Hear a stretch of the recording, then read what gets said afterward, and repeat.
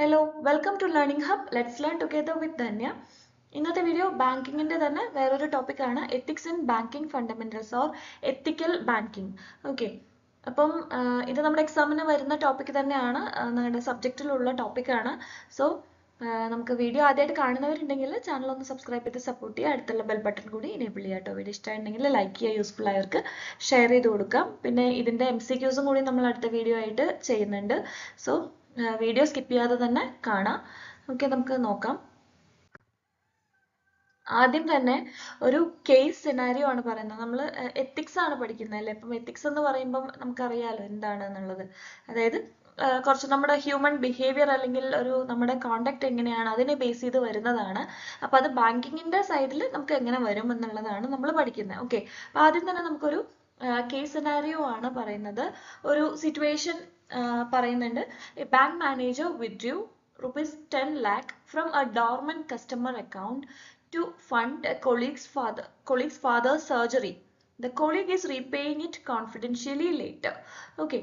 അപ്പോൾ bank manager ഒരു customer account അയാളുടെ അപ്രൂവൽ ഇല്ലാതെ, ഇപ്പോൾ ഡോർമന്റ് കസ്റ്റമർ അക്കൗണ്ട് ആണ്, ഓക്കെ, അപ്പോൾ ആളുടെ അപ്രൂവൽ ഇല്ലാതെ 10 ലക്ഷം രൂപ വിത്ഡ്രോ ചെയ്തു. എന്തിനു വേണ്ടിയിട്ടാന്ന് വെച്ച് കഴിഞ്ഞാൽ ആ ബാങ്ക് മാനേജറിന്റെ കൊളീഗിന്റെ അച്ഛന്റെ സർജറിക്ക് വേണ്ടിയിട്ടാണ്. ഓക്കെ, അപ്പൊ കൊളീഗ് അത് പിന്നീട് കോൺഫിഡൻഷ്യൽ ആയിട്ട് പേ ചെയ്യാമെന്ന് ഏറ്റിട്ടുമുണ്ട്. ഓക്കെ, അപ്പം ഇതാണ് നമ്മുടെ സിറ്റുവേഷൻ. അപ്പം ഇവിടെ വരുന്ന എത്തിക്കൽ ഫേസറ്റ്സ് എന്തൊക്കെയാണ് എന്നുള്ളത് നമുക്ക് നോക്കാം. ഓക്കെ, ഇതിൽ വരുന്ന കുറച്ച് ക്വസ്റ്റ്യൻസ് അല്ലെങ്കിൽ നമുക്ക് ഇവിടെ ചിന്തിക്കാവുന്ന ക്വസ്റ്റ്യൻ അല്ലെങ്കിൽ ഇവിടെ വരുന്ന എത്തിക്കൽ ഫേസറ്റ്സ് എന്തൊക്കെയാണെന്നുള്ളത് ജസ്റ്റ് നമുക്കൊന്ന് പറയാം. ഓക്കെ, അപ്പോൾ ഒന്നാമത്തെ കാര്യം തന്നെ ഡോർമന്റ് കസ്റ്റമർ അക്കൗണ്ട് അല്ലെ? അപ്പൊ കസ്റ്റമറിന്റെ അപ്രൂവൽ ഇല്ലാതെയാണ് ആ 10 ലക്ഷം രൂപ വിത്ഡ്രോ ചെയ്തത്. അപ്പം എത്തിക്കൽ ഇഷ്യൂസിൽ വരുന്നത് unauthorised use of customers dormant funds അല്ലെ? കസ്റ്റമറിന്റെ ഡോർമന്റ് ഫണ്ട്സ് അൺഓതറൈസ്ഡ് ആയിട്ട് യൂസ് ചെയ്തു. 2, abuse of authority and lack of transparency. അപ്പം ഇത് ഈ കസ്റ്റമറിന്റെ അപ്രൂവൽ ഇല്ല എന്നുള്ളത് മാത്രമല്ല, പിന്നീട് ഒരിക്കലും കസ്റ്റമറിനോട് പറയാനായിട്ട് ഉദ്ദേശിക്കുന്നുണ്ടാവില്ല. കാരണം അത് അപ്രൂവ് ഇല്ലാതെ നമ്മൾ അത് എടുത്തു കഴിഞ്ഞാൽ പിന്നീട് അത് പറയുമ്പം അതൊരു ഇഷ്യൂ ആവാനുള്ള സാധ്യതയുണ്ട്. സോ അവിടെ അത് പറയുന്നില്ല. അവിടെ ട്രാൻസ്പെറൻസി, ആ കസ്റ്റമറും ആ ഒരു ബാങ്ക് മാനേജറും തമ്മിലുള്ള ഒരു ട്രാൻസ്പെറൻസി കുറവായി.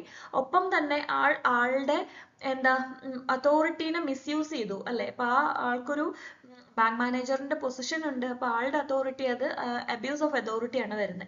3, potential breach of confidentiality and favouritism.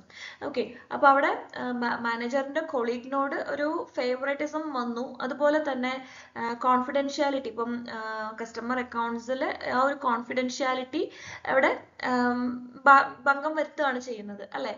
അപ്പം ഇവിടെ 3 എത്തിക്കൽ ഇഷ്യൂസ് ആണ് ഉണ്ടായിട്ടുള്ളത്. ഇനി നമുക്ക് അത് വെച്ച് ആ മാനേജറുടെ ബിഹേവിയർ എങ്ങനെയായിരുന്നു എന്നുള്ളതാണ്. ഓക്കെ, അപ്പം ആള് ചിന്തിച്ചത് അത്രേ ഉള്ളൂ, ഫാദർ സർജറി മീൻ വേറെ ഏതെങ്കിലും സിറ്റുവേഷൻ ആയിരുന്നെങ്കിൽ അങ്ങനെ ആയിരിക്കും എന്നുള്ളത് നമുക്ക് പറയാൻ പറ്റില്ല. ബട്ട് ഇപ്പൊ ഇവിടെ ഒരു ഫാദറിന്റെ സർജറി ആണ്, ഇപ്പൊ ആളുടെ ലൈഫ് സേവ് ചെയ്യുക എന്നുള്ള ഒരു ഇന്റൻഷനോട് കൂടിയിട്ട് ആ ഒരു ക്യാഷ് എടുത്ത് കൊടുത്തതാവാം. ഓക്കെ, അപ്പൊ അവിടെ ഒരു കമ്പാഷൻ ആണ്, അവിടെ ആ ഒരു എന്താ പറയാ, ആളുടെ ഒരു ലൈഫിനെ സേവ് ചെയ്യാൻ വേണ്ടിയിട്ടുള്ളൊരു കോമ്പാഷൻ ആണ് അവിടെ കാണുന്നത്. പക്ഷെ അതെന്താന്ന് വെച്ച് കഴിഞ്ഞാൽ സ്റ്റാൻഡേർഡ് പ്രൊസീജിയേഴ്സും അതുപോലെ തന്നെ ഉള്ള ആ ഒരു ഇതിനെയൊക്കെ ബൈപ്പാസ് ചെയ്ത് പോയി. ഓക്കെ, അപ്പൊ അവിടെ മാനേജറിന്റെ ബിഹേവിയർ ഇങ്ങനെയാണ് വരുന്നത്. പക്ഷെ ഇവിടെ എന്താണെങ്കിലും അതൊരു എത്തിക്കൽ ഇഷ്യൂ തന്നെയാണ്, ആണല്ലോ? ഓക്കെ, അപ്പൊ നമ്മൾ അവിടെ എങ്ങനെയായിരുന്നു പ്രതികരിക്കേണ്ടത് അല്ലെങ്കിൽ എങ്ങനെയായിരിക്കണം ഒരു എത്തിക്കൽ റെസ്പോൺസ് എന്നുള്ളതാണ് പറയുന്നത്.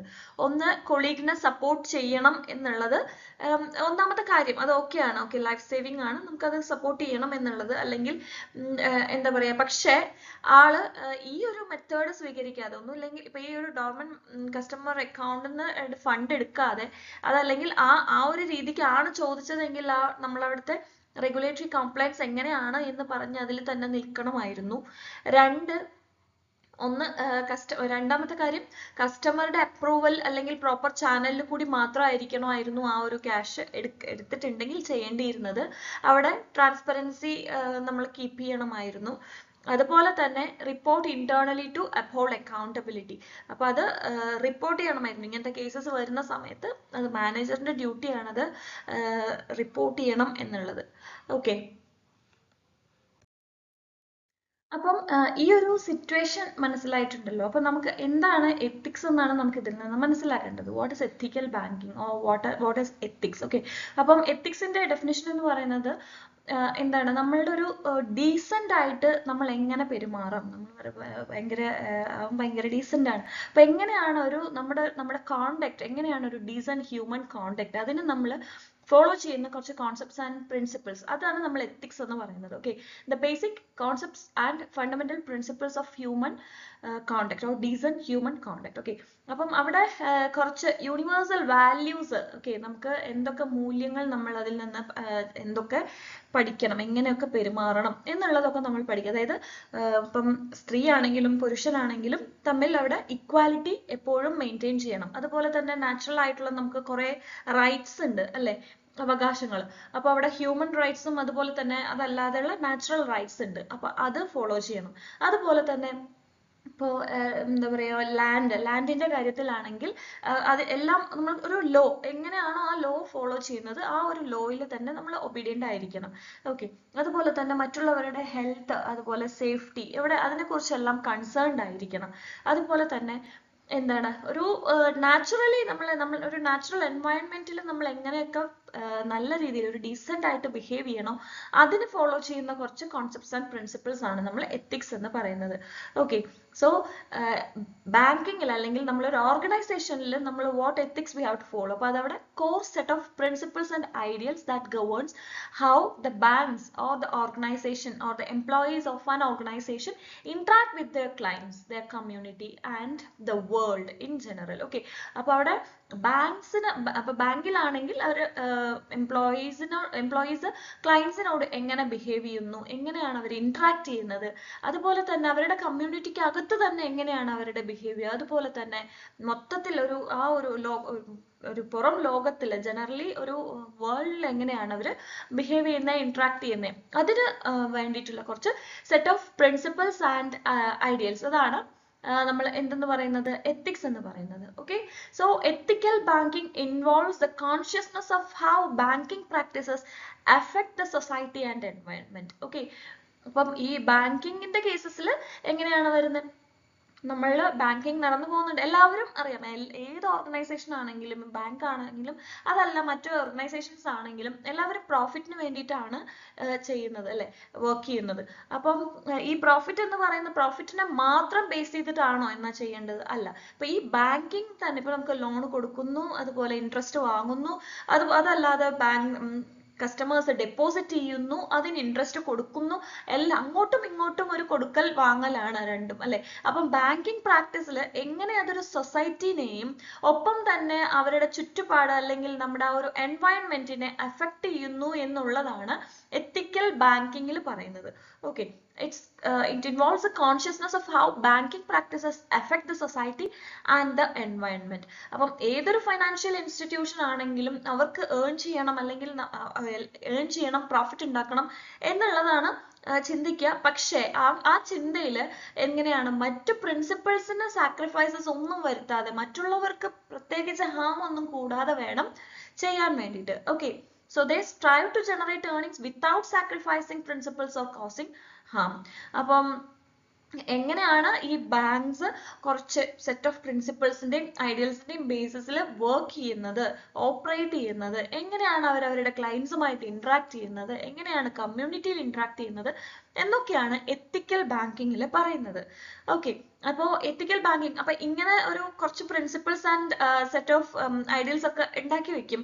എന്നിട്ട് അതിൽ ഏതിനാണ് ഇമ്പോർട്ടൻസ് കൊടുക്കേണ്ടത്, ഏത് പ്രിൻസിപ്പിളിനാണ് കോർ വാല്യൂ കൊടുക്കേണ്ടത്, ഏതൊക്കെ ക്യാരക്ടറിസ്റ്റിക്സ് ആയിരിക്കും ഈ ബാങ്കുകളുടെ ഇടയിൽ കോമൺ ആയിട്ട് പ്രവർത്തിച്ചു പോരുന്നത്, അതുപോലെ തന്നെ അവരുടെ കമ്മ്യൂണിറ്റിക്ക് അകത്ത് പെരുമാറേണ്ടത് അല്ലെങ്കിൽ എങ്ങനെയൊക്കെ നമ്മൾ ചെയ്യണം, ഇങ്ങനെയൊക്കെ നമ്മൾ ചെയ്യാൻ പാടില്ല, അതൊക്കെ നമ്മൾ ഒരു സെറ്റ് ഓഫ് പ്രിൻസിപ്പിൾസ് ആയിട്ട് ഉണ്ടാക്കി വെച്ചിട്ടുണ്ടാവണം.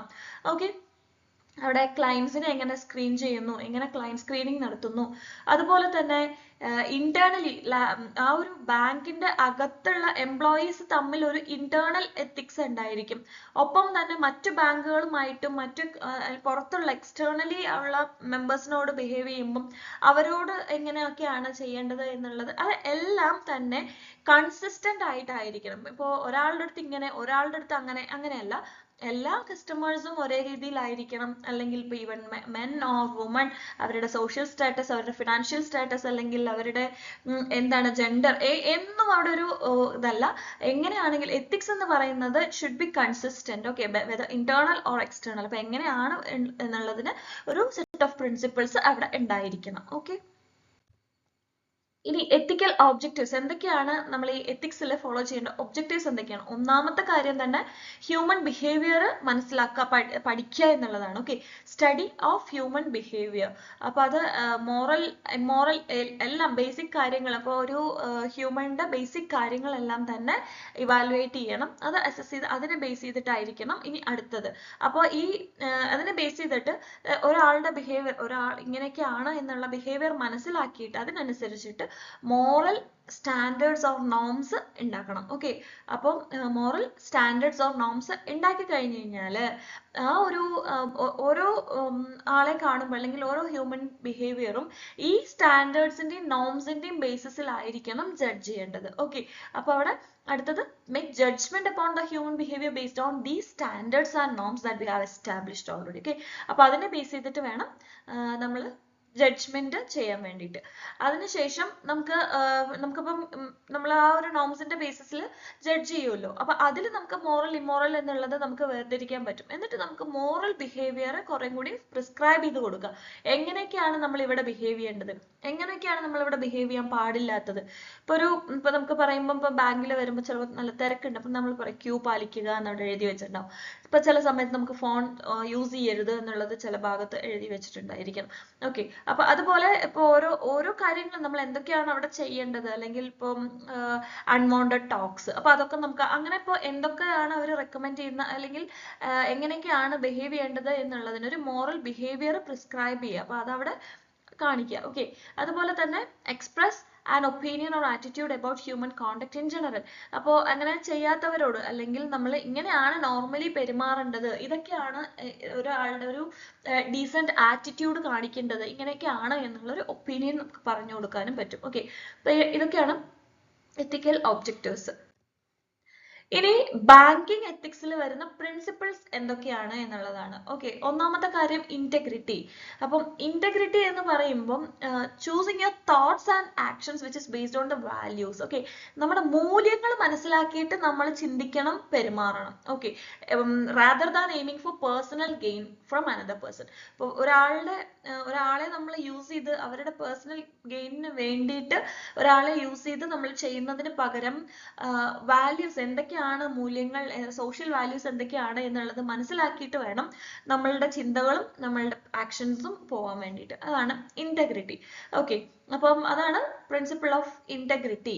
ഓക്കെ, രണ്ടാമത്തെ കാര്യം ന്യൂട്രാലിറ്റി. ന്യൂട്രാലിറ്റി എന്ന് പറയുന്നത് നമ്മൾ നേരത്തെ പറഞ്ഞതാണ്, അപ്പോൾ ഈക്വൽ ആയിട്ട് എല്ലാവരെയും കാണുക. ഓക്കെ, അപ്പം അത് ഈ ന്യൂട്രാലിറ്റി എന്ന് പറയുന്ന ഒരു പ്രിൻസിപ്പിൾ വന്നിട്ടുള്ളത് respect towards human underlies the success. അപ്പോൾ ഒരു മനുഷ്യനോട് നമ്മൾ റെസ്പെക്ട്ഫുള്ളി പെരുമാറി കഴിഞ്ഞു കഴിഞ്ഞാൽ അത് നമ്മളെ സക്സസിലേക്ക് എത്തിക്കും എന്നുള്ളതാണ്. ഓക്കെ, അത് എന്താ പറയുക, ഒരു പ്രിൻസിപ്പിൾ ആണ്. റെസ്പെക്ട് ടുവേർഡ്സ് ഹ്യൂമൻ, നമ്മൾ ബാക്കിയുള്ള സഹജീവികളോട്, അല്ലെങ്കിൽ നമ്മളുടെ കൂടെയുള്ളവരോട്, ഹ്യൂമനോട് റെസ്പെക്റ്റോട് കൂടി, ആരായാലും, അത് ചെറുതായാലും വലുതായാലും, അല്ലെങ്കിൽ ഈ പറഞ്ഞ പോലെ ഒരു യാതൊരു എന്താ പറയുക ഡിസ്ക്രിമിനേഷനും ഇല്ലാതെ തന്നെ പെരുമാറുന്ന സമയത്ത് അത് നമ്മളെ സക്സസിലേക്ക് എത്തിക്കും എന്നുള്ളതാണ് പറയുന്നത്. Okay, so do not ever discriminate among the employees or customers. കസ്റ്റമേഴ്സിനോടാണെങ്കിലും അല്ലെങ്കിൽ എംപ്ലോയീസിന്റെ ഇടയിൽ തന്നെ ആണെങ്കിലും അവിടെ ഡിസ്ക്രിമിനേഷൻ പാടില്ല.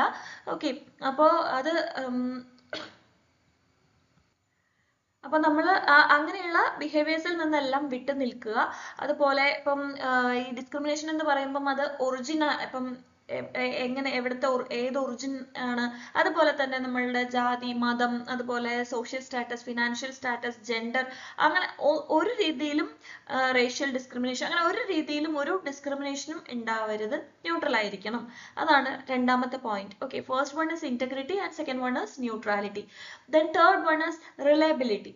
ഓക്കെ, റിലയബിലിറ്റി എന്ന് പറയുന്നത് നമ്മളിപ്പോ നമ്മള് നോർമലി പറയാറുള്ളതാണ്, നമ്മൾ എന്ത് സർവീസ് എടുക്കുവാണെങ്കിലും അതല്ല നമ്മൾ എന്ത് കാര്യം ചെയ്യുകയാണെങ്കിലും നമുക്ക് റിലയബിൾ ആയിരിക്കണം എന്ന് പറയുന്നില്ലേ, അതാണ്. അപ്പൊ ബാങ്ക് എപ്പോഴും കസ്റ്റമേഴ്സിനോട് clear, understandable and accurate information ആയിരിക്കണം പ്രൊവൈഡ് ചെയ്യേണ്ടത്.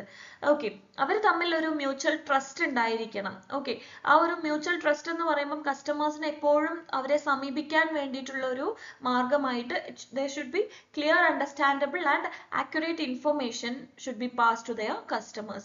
ഓക്കെ, അതുപോലെ തന്നെ ഏത് സർവീസ് ഏരിയയിലാണെങ്കിലും എന്തൊക്കെ ഓപ്പറേഷൻ ആണ് അവർ ചെയ്യുന്നത് എങ്കിലും അവരവരുടെ ബെസ്റ്റ് സെർവ് ചെയ്യുക എന്നുള്ളതാണ്. Okay, customers. അപ്പോൾ അത് ടൈംലി കറക്റ്റ് ടൈമിനും ഈ പറഞ്ഞതുപോലുള്ള എല്ലാം ബൗണ്ട് കറക്റ്റ് ചെയ്തിട്ട് തന്നെ ചെയ്യാം. ഓക്കെ, അപ്പോൾ third one is reliability. Okay, then fourth one is transparency. നമ്മൾ നേരത്തെ പറഞ്ഞു ട്രാൻസ്പെറൻസി എന്ന് പറയുമ്പം അങ്ങോട്ടും ഇങ്ങോട്ടും നമ്മളൊരു ട്രാൻസ്പെറന്റ് ആയിരിക്കും, സുതാര്യത നമ്മൾ കാണണം. ഓക്കെ, അതായത് ഫ്രാങ്ക് ആയിട്ട് അങ്ങോട്ടും ഇങ്ങോട്ടും ഇപ്പൊ നമുക്ക് എന്തെങ്കിലും കസ്റ്റമേഴ്സിന് എന്തെങ്കിലും ചോദിക്കാനുണ്ടെങ്കിൽ ബാങ്കറിനോട് വളരെ ഫ്രാങ്ക് ആയിട്ട് ചോദിക്കാം. അതുപോലെ തന്നെ ആ ബാങ്കർ ആണെങ്കിൽ അത് നമുക്ക് തരുന്ന മറുപടിയും സെയിം ആ ഒരു രീതിയിൽ ട്രാൻസ്പെറന്റ് ആയിട്ടുള്ള ആൻസർ ആയിരിക്കണം തരേണ്ടത്. കാരണം നമ്മൾക്ക് അറിയാത്ത ഒരുപാട് കാര്യങ്ങൾ ഉണ്ടായിരിക്കും. അപ്പൊ അതിനെ പുറകിൽ ഹൈഡ് ചെയ്ത് വെച്ചുകൊണ്ട് ആവശ്യമുള്ള കാര്യങ്ങൾ മാത്രം പറയുക അല്ലെങ്കിൽ അങ്ങനെയുള്ള കാര്യങ്ങൾ മാത്രം സംസാരിക്കുക, അതൊരു തെറ്റായിട്ടുള്ള പ്രവണതയാണ്. അപ്പൊ ഇവിടെ bank have to give the customers clearly, understandably and frankly information. Okay, വളരെ ഫ്രാങ്ക് ആയിട്ട് കാര്യങ്ങളെല്ലാം വ്യക്തതയോട് കൂടിയിട്ട് തന്നെ പറഞ്ഞു കൊടുക്കണം. അവരുടെ റൈറ്റ്സ് എന്തൊക്കെയാണ്, അവരുടെ റൂൾസ് അല്ലെങ്കിൽ അവർ ഫോളോ ചെയ്യേണ്ട റൂൾസ് എന്തൊക്കെയാണ്, ഒബ്ലിഗേഷൻസ് എന്തൊക്കെയാണ്, എന്തൊക്കെ റിസ്ക് ആയിരിക്കും അതുകൊണ്ട് ആ ഒരു അവർ പ്രൊവൈഡ് ചെയ്യുന്ന പ്രോഡക്റ്റ് കൊണ്ട് ഉണ്ടായിരിക്കുക, അതല്ലെങ്കിൽ ആ ഒരു പ്രോഡക്ട്സ് ആൻഡ് സർവീസസിൽ ഇന്ന കാര്യങ്ങളൊക്കെയാണ് നമ്മൾ ഓഫർ ചെയ്യുന്നത്. ഈ എല്ലാ കാര്യങ്ങളും വളരെ ട്രാൻസ്പെറന്റ് ആയിട്ട് കസ്റ്റമറിന് പറഞ്ഞു കൊടുത്തിരിക്കണം ബാങ്കർ. ഓക്കെ, അപ്പം അതാണ്. അപ്പം ഓരോ ഈ പറഞ്ഞതുപോലെ ഒരു കസ്റ്റമറിന്റെ ഫൈനാൻഷ്യൽ സ്റ്റാറ്റസ് അല്ലെങ്കിൽ അവരുടെ കപ്പാസിറ്റിക്ക് അനുസരിച്ചിട്ട് നമ്മൾ അവരോട് ബിഹേവ് ചെയ്യരുത്. അപ്പൊ ഇങ്ങോട്ട് ഈ ഒരു കാര്യം എന്തായാലും ആവശ്യമാണ്, അപ്പൊ നമ്മൾ ഇത് ഒന്ന് പുഷ് ചെയ്ത് കൊടുത്തു കഴിഞ്ഞാൽ ആളത് എടുക്കും അല്ലെങ്കിൽ അത് ചെയ്യും. അങ്ങനെ നമ്മളുടെ ഇപ്പോൾ കസ്റ്റമേഴ്സിന്റെ നീഡ് എന്താണ് എന്നുള്ളത് മനസ്സിലാക്കിയിട്ട് അതിനനുസരിച്ചിട്ടുള്ള പ്രോഡക്റ്റ് സർവീസസ് പറഞ്ഞു കൊടുക്കുക എന്നുള്ളതല്ലാതെ അവരെ കൊണ്ട് പറ്റാത്ത അല്ലെങ്കിൽ അവരുടെ കപ്പാസിറ്റിക്ക് അപ്പുറം അങ്ങനെയുള്ള കാര്യങ്ങളൊന്നും ചെയ്യരുത്. അത് നമ്മുടെ ബാങ്കിങ് എത്തിക്സിനോട് എതിരാണ്. ഓക്കെ, സോ ട്രാൻസ്പെറന്റ് ആയിരിക്കുക എന്നുള്ളതാണ് നാലാമത്തെ പ്രിൻസിപ്പിൾ. ഓക്കെ, ദെൻ അഞ്ചാമത്തതാണ് ഇൻഫർമേഷൻ അബ്യൂസ്. ഓക്കെ, അതുപോലെ തന്നെ ഇൻഫർമേഷൻ അബ്യൂസ് എന്ന് പറയുമ്പോൾ ബാങ്ക്സ് എന്തൊക്കെ ഇപ്പം ഇൻസൈഡർ ഉള്ളിലാണെങ്കിലും ഇന്റേണലി ആണെങ്കിലും എക്സ്റ്റേണലി ആണെങ്കിലും എന്തെങ്കിലും ഇൻഫർമേഷൻസ് ഉണ്ടാവുകയാണ് കസ്റ്റമേഴ്സ് തമ്മിലോ അല്ലെങ്കിൽ പുറമെ കസ്റ്റമേഴ്സിന്റെ ഇടയിലോ അങ്ങനെയുള്ള അബ്യൂസ് ഇൻഫർമേഷൻസ് ഉണ്ടാവുകയാണെങ്കിൽ അത് പ്രിവെന്റ് ചെയ്യാൻ വേണ്ടിയിട്ടുള്ള എല്ലാ മെഷേഴ്സും ആക്ഷൻസും ബാങ്ക് എടുത്തിട്ടുണ്ടായിരിക്കണം. ഓക്കെ, അപ്പം എന്തെങ്കിലും തെറ്റായ ഇൻഫർമേഷൻ അതല്ലെങ്കിൽ ആവശ്യമില്ലാത്ത കാര്യങ്ങൾ സ്പ്രെഡ് ചെയ്ത് പോവുകയാണ്, അങ്ങനെയുള്ള കാര്യങ്ങൾ ഉണ്ടെങ്കിൽ ഉറപ്പായിട്ടും അതിനുള്ള മെഷേഴ്സ് എടുത്തിട്ടുണ്ടായിരിക്കണം, ആക്ഷൻസും ബാങ്ക് എടുത്തിട്ടുണ്ടായിരിക്കണം. അഞ്ചാമത്തത് information abuse. Okay, integrity, neutrality, reliability, transparency, information abuse. ഇനി ബാങ്കിങ് ഇൻഡസ്ട്രി, ഇന്ത്യൻ ബാങ്കിങ് ഇൻഡസ്ട്രിയിൽ ഉണ്ടാവുന്ന അല്ലെങ്കിൽ ഉണ്ടായിക്കൊണ്ടിരിക്കുന്ന ഇഷ്യൂസ് ആൻഡ് ചാലഞ്ചസ് എന്തൊക്കെയാണ് എന്നുള്ളതാണ്. ഒന്ന്, ഈ പറഞ്ഞ പോലെ poor coordination with the public or rude behaviour towards the consumer. ഇപ്പം എല്ലായിടത്തും അങ്ങനെയാണ് എന്നുള്ളത് നമുക്ക് പറയാൻ പറ്റില്ല, എങ്കിലും ചില ഭാഗങ്ങളിലെങ്കിലും ഉണ്ട് കസ്റ്റമേഴ്സിനോട് അല്ലെങ്കിൽ കൺസ്യൂമേഴ്സിനോട് വളരെ മോശമായിട്ട് പെരുമാറുന്ന ഒരു പ്രവണത. അപ്പോൾ അത് പബ്ലിക്കിന്റെ ഇടയിൽ ഇപ്പോൾ ചിലപ്പോൾ മേ ബി അവരുടെ തിരക്ക് കൊണ്ടോ അതല്ലെങ്കിൽ വർക്ക് പ്രഷർ അല്ലെങ്കിൽ കൂടുതൽ വർക്ക് ചെയ്യാനുള്ളത് കൊണ്ടോ അല്ലെങ്കിൽ കസ്റ്റമേഴ്സിന്റെ കയ്യിൽ നിന്ന് തന്നെ ഉണ്ടാവുന്ന പല അൺഫേവറബിൾ ബിഹേവിയേഴ്സ് ഉണ്ടായിരിക്കും, അതുകൊണ്ടൊക്കെ ആയിരിക്കാം. ബട്ട് അത് ഒരു ഇഷ്യൂ ആണ് എന്തായാലും. കാരണം ചിലപ്പോൾ ഒന്നും അറിയാത്തവര് അതുമായിട്ട് എന്താ പറയാ ചെല്ലുമ്പോൾ അവർക്ക് ഭയങ്കര ഒരു ഫീലിംഗ് ആവാനുള്ള ചാൻസസ് ഉണ്ട്. സോ അവിടെ poor coordination with the public അല്ലെങ്കിൽ റൂഡ് ബിഹേവിയർ അതൊരു ഇഷ്യൂ ആണ്. ഓക്കെ, ദെൻ ഇനി ചാലഞ്ചസ്, ഇന്ത്യൻ ബാങ്കിങ് ഇൻഡസ്ട്രി എന്തൊക്കെ ചാലഞ്ചസ് ആണ് ഫേസ് ചെയ്യുന്നത്. ഒന്ന്, unable to make enough money. അപ്പം അതായത് പ്രോഫിറ്റിന് വേണ്ടിയിട്ടാണ് നമ്മൾ ഈ പറഞ്ഞതുപോലെ ബാങ്ക്സ് എല്ലാം പ്രവർത്തിക്കുന്നത് എങ്കിലും പലപ്പോഴും ഇൻവെസ്റ്റ് ചെയ്തതൊന്നും റിട്ടേൺ കിട്ടാറില്ല. അപ്പം അതുകൊണ്ട് തന്നെ അവർക്ക് ആ ഒരു മണി തിരിച്ചു കിട്ടാത്തത് കൊണ്ട് തന്നെ ഇനഫ് മണി ഉണ്ടാക്കാനുള്ള ഒരു ബുദ്ധിമുട്ട്. രണ്ട്, കൺസ്യൂമർ എക്സ്പെക്ടേഷൻ. കൺസ്യൂമേഴ്സ് ഒരുപാട് എക്സ്പെക്ട് ചെയ്യുന്നുണ്ട് ഇന്നത്തെ കാലത്ത്. കാരണം ഇപ്പൊ ആരും ക്യൂ നിന്ന് അല്ലെങ്കിൽ അങ്ങനെ ചെയ്ത് ഇങ്ങനെ ചെയ്തിട്ടൊന്നും ബാങ്കിൽ പോയി നിന്ന് സമയം കളയാൻ ആരും ഇഷ്ടപ്പെടുന്നവരല്ല. ഓക്കെ, അപ്പൊ അവർ കൂടുതൽ ടെക്നോളജിക്ക് വേണ്ടിയിട്ട് ഡിമാൻഡ് ചെയ്യുന്നുണ്ട്. അപ്പൊ ആ ഒരു അവരുടെ ലെവലിലേക്ക് എത്തിക്കാൻ പറ്റാത്തതിന്റെ ഒരു ബുദ്ധിമുട്ട് ബാങ്കിങ് ഇൻഡസ്ട്രി ഫേസ് ചെയ്യുന്നുണ്ട്. മൂന്ന്, issues in adoption of new technology. ഇപ്പം അഥവാ പുതിയ ടെക്നോളജീസ് അഡോപ്റ്റ് ചെയ്ത് വന്നു കഴിഞ്ഞാൽ തന്നെ ഓരോ പ്രാവശ്യം പുതിയ പുതിയ ടെക്നോളജി വരുമ്പം അതിന് വേണ്ടുന്ന ട്രെയിനിങ്ങും അല്ലെങ്കിൽ എംപ്ലോയീസിന് അതിനാവശ്യമായിട്ടുള്ള ട്രെയിനിങ്ങും കാര്യങ്ങളും കൊടുത്ത് ഓരോന്നും അഡാപ്റ്റ് ചെയ്യുമ്പോൾ അതിനനുസരിച്ച് അവർക്ക് മാറിപ്പോവാൻ വരുന്ന ആ ഒരു ഇഷ്യൂ അവർക്കുണ്ട്. നാല്, പ്രഷർ ഫ്രം റെഗുലേറ്ററി അതോറിറ്റീസ്. അപ്പം റെഗുലേറ്ററി റിക്വയർമെന്റ്സ് എന്ന് പറയുമ്പോൾ എപ്പോഴും എന്താ പറയാ, അപ്പം ഈ റെഗുലേറ്ററി റിക്വയർമെന്റ്സ് എന്ന് പറയുമ്പോൾ ബാങ്കിന് ഒരുപാട് ഈ പറഞ്ഞ പോലെ കംപ്ലൈന്റുകൾക്ക് അതുപോലെ അങ്ങനെയുള്ള കാര്യങ്ങൾക്കൊക്കെ വേണ്ടിയിട്ട് അവർക്ക് ചെലവ് വരുന്നുണ്ട് ഒരുപാട്. അപ്പൊ അങ്ങനെ ഒരു ബഡ്ജറ്റ് ആ ഒരു രീതിക്ക് തന്നെ പോകുന്നുണ്ട്. അപ്പോൾ അതിന് വേണ്ടിയിട്ട് അവരുടെ അതോറിറ്റിയിൽ നിന്ന് അവർക്ക് ഒരുപാട് പ്രഷേഴ്സ് വരുന്നുണ്ട്. അത് ഈ പറഞ്ഞ പോലെ മെയിൻറ്റെയിൻ ചെയ്ത് പോകാൻ പറ്റാത്തതിന്റെ ഒരു ഇഷ്യൂ ഉണ്ട്. അപ്പം അതും ഒന്ന്. കാരണം ചിലപ്പം ഈ പൈസ ടാലി ആവാത്ത കാര്യങ്ങൾ അങ്ങനെയൊക്കെ വരുമ്പോൾ ചിലപ്പോൾ അവരുടെ കയ്യിൽ നിന്നൊക്കെ എടുത്ത് ബാങ്കിങ് എംപ്ലോയീസ് അങ്ങനെയൊക്കെ ചെയ്യേണ്ട ആവശ്യങ്ങൾ വരാറുണ്ട്. സോ അത് അവർക്കൊരു വളരെ ഒരു വലിയൊരു ഇഷ്യൂ തന്നെയാണ്. ഓക്കെ, അപ്പം ഇതൊക്കെയാണ് കുറച്ച് ഇഷ്യൂസ് ആൻഡ് ചാലഞ്ചസ്. പിന്നെ സ്കാംസ്, ഒരുപാട് ബാങ്കിങ് സ്കാംസ് നമ്മൾ കേട്ടിട്ടുണ്ട്. ഇപ്പം മറ്റേ പഞ്ചാബ് നാഷണൽ ബാങ്കിൽ നീരവ് മോദി, അപ്പൊ അങ്ങനെയുള്ള കുറച്ച് ഫ്രോഡ് ആക്ടിവിറ്റീസ് ഒക്കെ ഉണ്ടാവുന്നുണ്ട്. അതൊരു മേജർ ഇഷ്യൂ ആണ്. നാലാമത്തെ കാര്യം മണി ലോണ്ടറിങ്. മണി ലോണ്ടറിങ് എന്ന് പറയുമ്പോൾ നമുക്കറിയാം ഇല്ലെജിറ്റിമേറ്റ് മണീനെ ലെജിറ്റിമേറ്റ് ആക്കി മാറ്റണം അല്ലെ. അപ്പൊ അതാണ് മണി ലോണ്ടറിങ്. അപ്പോൾ ഈ ഒരു മണി ലോണ്ടറിങ് അല്ലെങ്കിൽ ടെററിസത്തിന് വേണ്ടിയിട്ടാണ് കൂടുതലായിട്ട് ഈ മണി ലോണ്ടറിങ് ചെയ്യുന്നത്. അപ്പൊ ഇതിന് വേണ്ടിയിട്ട് ഫൈനാൻസ് ചെയ്യാൻ വേണ്ടിയിട്ട് ഇതൊരു വലിയൊരു ഇന്റർനാഷണൽ പ്രോബ്ലം തന്നെയാണല്ലേ. ഇപ്പം ഗ്ലോബൽ പ്രോബ്ലം ആണ്. കാരണം നമ്മുടെ രാജ്യത്തിന്റെ സെക്യൂരിറ്റി അതെല്ലാം തന്നെ ബാധിക്കുന്ന ഒരു കാര്യമാണ്. അതുപോലെ തന്നെ അത് ഒരു സ്ഥാപനത്തിന്റെ സ്റ്റെബിലിറ്റി, ട്രാൻസ്പെറൻസി, അതുപോലെ തന്നെ മറ്റു ഫൈനാൻഷ്യൽ സിസ്റ്റത്തിന്റെ എഫിഷ്യൻസി എല്ലാത്തിലും മാറ്റങ്ങൾ വരുത്തുന്നുണ്ട്. അതിനെല്ലാം കോംപ്രമൈസ് ചെയ്യേണ്ടി വരുന്നുണ്ട് മണി ലോണ്ടറിങ് ഉണ്ടാവുന്നത് കൊണ്ട്. മൊത്തത്തിൽ നമ്മുടെ കൺട്രിയുടെ തന്നെ എക്കണോമിക് പ്രോസ്പെരിറ്റിനെ അത് ബാധിക്കുന്നുണ്ട്. ആക്ച്വലി ഈ IMF പറയുന്നത് $590 ബില്യൺ തൊട്ടിട്ട് $1.5 ട്രില്യൺ വരേക്കും ഈ ലോണ്ടേർഡ് മണി ആയിട്ടാണ് എസ്റ്റിമേറ്റ് ചെയ്യുന്നതെന്നാണ് പറയുന്നത്. അതായത് 2 to 5% of the world's GDP, gross domestic product. അപ്പോൾ ഈ ഒരു രാജ്യത്തിന്റെ GDPയുടെ 2 to 5% വരെ പോകുന്നത് ലോണ്ടേർഡ് മണി ആയിട്ടാണ് എന്ന് പറയുന്നത്. ഓക്കെ, അപ്പം അത് ഈ പറഞ്ഞ പോലെ ഏത് കൺട്രിയിലാണെങ്കിലും മണി ലോണ്ടറിങ് ഉണ്ടാവുമ്പം അത് അവരുടെ എക്കണോമിക് ആൻഡ് സോഷ്യൽ സ്റ്റാറ്റസിനെ വളരെയധികം ബാധിക്കുന്ന ഒരു കാര്യമാണ്. ഓക്കെ, അപ്പം ഇവിടെ ഈ ഇല്ലീഗൽ മണീനെ ലീഗൽ ആക്കി മാറ്റുമ്പോൾ അവിടെ എന്താ ഉണ്ടാവുന്നതെന്ന് വെച്ച് കഴിഞ്ഞാൽ അതിന്റെ ട്രൂ ഓണേഴ്സിനെ അവിടെ ഒളിച്ചു വെക്കുകയാണ് അല്ലെ. അപ്പൊ അതിന്റെ ആ ഒരു ഓണറിനെ അവിടെ ഹൈഡ് ചെയ്ത് വെക്കുകയാണ് അല്ലെങ്കിൽ കൺസീൽ ചെയ്ത് വെക്കുകയാണ്. ഓക്കെ, അപ്പൊ ഈ ഒരു പ്രോസസ്സ്, ഇങ്ങനെ ഈ മാറ്റുന്ന ഒരു പ്രോസസ്സിനെ വാഷിംഗ് സൈക്കിൾ എന്നാണ് പറയുക. ഓക്കെ, അപ്പം ഇവിടെ വാഷിംഗ് സൈക്കിൾ എന്ന് പറയുമ്പം legitimacy of the criminal funds. അപ്പൊ അവിടെ ആ ക്രിമിനൽ കാര്യങ്ങളെല്ലാം ചെയ്തുണ്ടാവുന്ന പൈസേനെ കഴുകി വെളുപ്പിക്കുക എന്ന് പറയില്ലേ, മണി വെളുപ്പിക്കുക. അപ്പൊ അവിടെ വാഷിംഗ് സൈക്കിൾ ആണ്. ഓക്കെ, അതുകൊണ്ട് അവിടെ ആ ഒരു ഇല്ലീഗൽ ആക്ടിവിറ്റി അവിടെ നടന്നതായിട്ട് നമുക്ക് ഡിറ്റക്ട് ചെയ്യാൻ പോലും പറ്റാത്ത രീതിയിൽ ആ മണീനെ വെളുപ്പിച്ചെടുക്കുക, അതാണ്. ഓക്കെ, അപ്പം this phase of money laundering is known as washing cycle. It removes a layer of taint or criminal staining from those funds. അപ്പൊ ആ ഫണ്ടിൽ എന്തെങ്കിലും ക്രിമിനൽ സ്റ്റെയിൻസ് ഉണ്ടെങ്കിൽ, ഓക്കെ, അപ്പൊ ഈ രക്തത്തിന്റെ കറ അല്ലെങ്കിൽ ക്രൈമിന്റെ കറ ഒക്കെ ഉണ്ടെങ്കിൽ അതിനെ മാറ്റി വെളുപ്പിച്ച് എടുക്കുന്ന ഒരു വാഷിംഗ് സൈക്കിൾ ആണ് മണി ലോണ്ടറിങ് എന്ന് പറയുന്നത്. ഓക്കെ, ഇതും ഒരു ഭയങ്കര ഇഷ്യൂ ആണ്.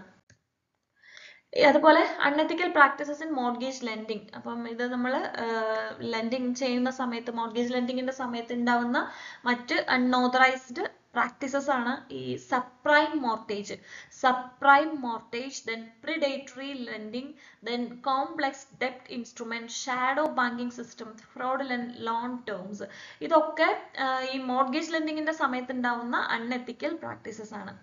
പിന്നെ വേറൊരു ചാലഞ്ച് എന്ന് പറയുന്നതാണ് ഗ്ലോബൽ ബാങ്കിങ് എന്ന് പറഞ്ഞു കഴിഞ്ഞാൽ ഇപ്പോൾ നമ്മുടെ രാജ്യത്ത് തന്നെ 44 ഫോറിൻ ബാങ്ക്സ് ഉണ്ട്. അപ്പോൾ ഫോറിൻ ബാങ്ക്സ് നമ്മുടെ രാജ്യത്തിൽ വരുമ്പോൾ അവരുടെ സർവീസസും അവരുടെ ഈ പറഞ്ഞ പോലുള്ള ടെക്നോളജീസും എല്ലാം വളരെ അഡ്വാൻസ്ഡ് ആയിരിക്കും. അപ്പോൾ അവർ കുറച്ചും കൂടി ഈ ഒരു ഗ്ലോബൽ മാർക്കറ്റിൽ അവരുടെ ബാങ്കിന്റെ ഈ പറഞ്ഞ പോലെ ഓഫർ ചെയ്യുന്ന കാര്യങ്ങളൊക്കെ വളരെ വളരെ വലുതായിരിക്കും. അപ്പോൾ അങ്ങനെ ആവുന്ന സമയത്ത് നമ്മളുടെ ഇന്ത്യൻ ബാങ്കിങ് ഇൻഡസ്ട്രി അല്ലെങ്കിൽ നമ്മളുടെ ആ ഒരു എന്താ പറയുക ഡൊമസ്റ്റിക് എന്റർപ്രൈസസിന് ഈ ചാലഞ്ച് എന്ന് പറയുന്നത് വളരെ വലുതാണ്. കാരണം അവരോട് പിടിച്ചു നിൽക്കാൻ വേണ്ടിയിട്ട്.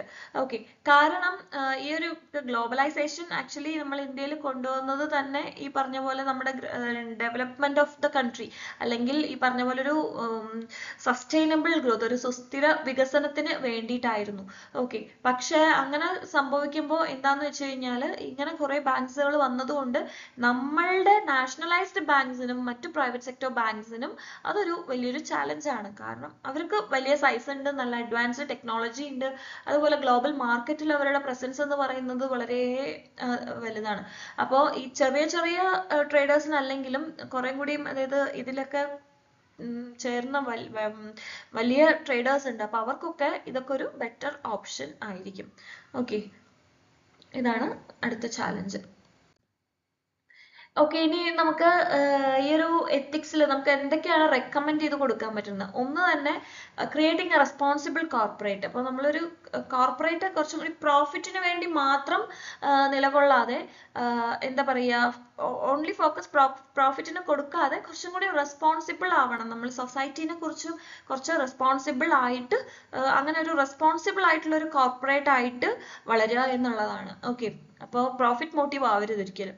രണ്ടാമത്തെ കാര്യം ട്രാൻസ്പെറൻസി എന്ന് പറയുമ്പോൾ കസ്റ്റമറുമായിട്ട് നമ്മൾ പറഞ്ഞു അത് എപ്പോഴും മെയിൻറ്റെയിൻ ചെയ്ത് പോകാനായിട്ട് ശ്രദ്ധിക്കണം. കാരണം ട്രാൻസ്പെറൻസി നഷ്ടപ്പെട്ട് കഴിഞ്ഞു കഴിഞ്ഞാൽ പിന്നെ ആ ഒരു ബാങ്കിനെ നമുക്ക് തീർച്ചയായിട്ടും വിശ്വസിക്കാൻ ബുദ്ധിമുട്ടാണ്. പിന്നെ ഇപ്പോൾ കസ്റ്റമേഴ്സ് അതിൽ നിന്ന് പോകും. ഓക്കെ, അതുപോലെ തന്നെ not using the situation of power to abuse the needy. Okay, അപ്പോൾ ആവശ്യക്കാരെ അബ്യൂസ് ചെയ്തിട്ട് നമ്മളുടെ പവർ ഉപയോഗിച്ചിട്ട് നമ്മൾ ഒരാൾ ഇപ്പോൾ ഒരു ലോണിന് വന്നു അതിന് നമുക്ക് മാക്സിമം ഇൻട്രസ്റ്റ് റേറ്റ് കൊടുത്ത് അയാളെ തന്നെ ബുദ്ധിമുട്ടിപ്പിക്കുക എന്നുള്ളതല്ല. അവരുടെ ആവശ്യം മനസ്സിലാക്കിയിട്ട് നമ്മൾക്ക് ചെയ്തു കൊടുക്കാൻ എന്താണോ പറ്റുക അത് ചെയ്തു കൊടുക്കുക. അതായത് ബാങ്കിന്റെ റൂൾസ് ആൻഡ് റെഗുലേഷൻസിൽ നിന്നുകൊണ്ട് തന്നെ ചെയ്യുക. പക്ഷെ ആളുടെ ആവശ്യം മനസ്സിലാക്കി നമ്മൾ അതിൽ ആ ഒരു സിറ്റുവേഷനെ മിസ്യൂസ് ചെയ്യരുത്. ഓക്കെ, നമ്മുടെ പവർ വെച്ചിട്ട്. പിന്നെ അടുത്തത് നാലാമത്തെ കാര്യം acting with a sense of corporate citizenship. അപ്പം നമ്മൾ പറഞ്ഞൊരു റെസ്പോൺസിബിൾ കോർപ്പറേറ്റ് ക്രിയേറ്റ് ചെയ്യാന്ന് ആ ഒരു കോർപ്പറേറ്റ് സിറ്റിസൺഷിപ്പിന്റെ സെൻസിൽ മാത്രം ആക്ട് ചെയ്യുക. അതിനേക്കാളും ഈ പറഞ്ഞതുപോലെ നേരത്തെ നമ്മൾ പറഞ്ഞിട്ടുള്ള കാര്യങ്ങൾ തന്നെയാണ്, ആ ഒരു രീതിയിൽ മാത്രം ബിഹേവ് ചെയ്യുക. Okay, then ensure compliance by focusing on integrity. അപ്പം ഇന്റഗ്രിറ്റി എല്ലാവരെയും ഒരേപോലെ ട്രീറ്റ് ചെയ്യുക. ജെൻഡർ ഇക്വാലിറ്റി, അതുപോലെ തന്നെ status, social equality, financial equality എല്ലാ രീതിയിലും എല്ലാം കൊണ്ടുവരിക. നമ്മൾ ഇന്റഗ്രിറ്റിയിൽ ഫോക്കസ് ചെയ്യുക. ഓക്കെ, ഓരോ കോംപ്ലൈൻസ് നമ്മൾ എന്ത് കോംപ്ലൈൻസ് ഉണ്ടാക്കുവാണെങ്കിലും അവിടെ ആ ഒരു ഇന്റഗ്രിറ്റി മനസ്സിലാക്കിക്കൊണ്ട് അല്ലെങ്കിൽ ആ ഒരു ഇക്വാലിറ്റി മെയിൻറ്റെയിൻ ചെയ്തിട്ട് വേണം ചെയ്യാൻ വേണ്ടിയിട്ട്. ഓക്കെ, ഇത്രയൊക്കെയാണ് റെക്കമെൻഡേഷൻസ്. ഓക്കെ, അപ്പം ഇത്രയാണ് നമുക്ക് എത്തിക്സിൽ പറയുന്നത്. അപ്പം ഇനി നമുക്ക് അടുത്ത വീഡിയോയിൽ കുറച്ച് എത്തിക്സിന്റെ MCQസും അതുപോലെ മറ്റു ബാങ്ക് ടെസ്റ്റുകളിൽ വന്നിട്ടുള്ള ക്വസ്റ്റ്യൻസ് ഉണ്ടല്ലോ, പ്രീവിയസ് ഇയർ ക്വസ്റ്റ്യൻസ്, അപ്പം അതും കൂടിയും എടുത്തിട്ടുണ്ട്. അപ്പം വീഡിയോ അവസാനം വരെ കാണാം കേട്ടോ. ഓക്കെ, അപ്പം thank you for watching. See on the next video. അപ്പം വീഡിയോ സബ്സ്ക്രൈബ് ചെയ്യാത്തവരുണ്ടെങ്കിൽ ചാനൽ ഒന്ന് സബ്സ്ക്രൈബ് ചെയ്യുക കേട്ടോ. അപ്പം വീഡിയോ ഇഷ്ടമായ ലൈക്കും ചെയ്യുക. എന്തെങ്കിലും സജഷൻസ് അതുപോലെ ഇനി ചെയ്യാനുള്ള ടോപ്പിക്സ് ഒക്കെ ഉണ്ടെങ്കിൽ കമന്റ് ബോക്സിൽ കമന്റ് ചെയ്യാനും മറക്കരുത് കേട്ടോ. ബൈ.